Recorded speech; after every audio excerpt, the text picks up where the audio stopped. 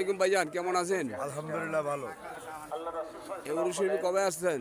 আমি ওরস শরীফে 1996 সন ধরে এ পর্যন্ত মহান মালিকের কদমে আছি, ইনশাল্লাহ মরণকাল পর্যন্ত থাকবো।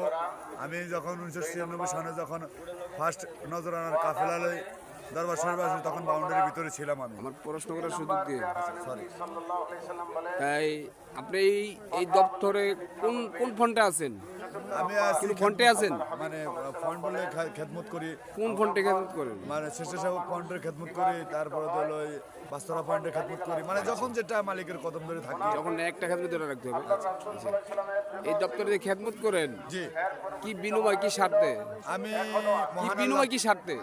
আল্লাহ পাককে খুশি রাখার জন্য, আমার পীরকে খুশি রাখার জন্য, পীরের স্বার্থে, পীরের স্বার্থে, পীরের ভালোবাসা। পীরের ভালোবাসা। তো দর্শক সাথে থাকবেন, কথাগুলো শুনবেন। এই জাকের পার্টিতে যে আসেন নাই, আসলে জানতে পারবেন, শিখতে পারবেন। সবাই আসবেন। তাই আমার ভাইজান কিছু কথা বলতে, কথাগুলো শুনবেন, বলুন। আমি ছোট্ট একটা ঘটনা বলি, সেটা হলো আমার দুইটা মেয়ে হয়েছিল। তখন মেয়ে হওয়ার পরে আমি রাজা শরীফ গেছি, তখন আমি গরু রাখালে আসি।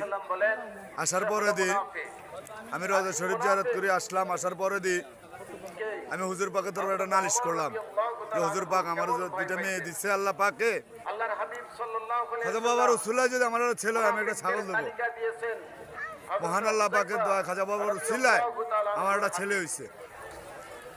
এই ছেলে নজরানা ছাগল মালিকের কদমে দিলাম। বহুত শান্তি, যেটা বহির্বিশ্বের মানুষকে বোঝানো আমি গুণাগার দ্বারা হবে না। আরেকটা ঘটনা, ছোট্ট একটা ঘটনা বলি ভাইজান, বলবো? আমার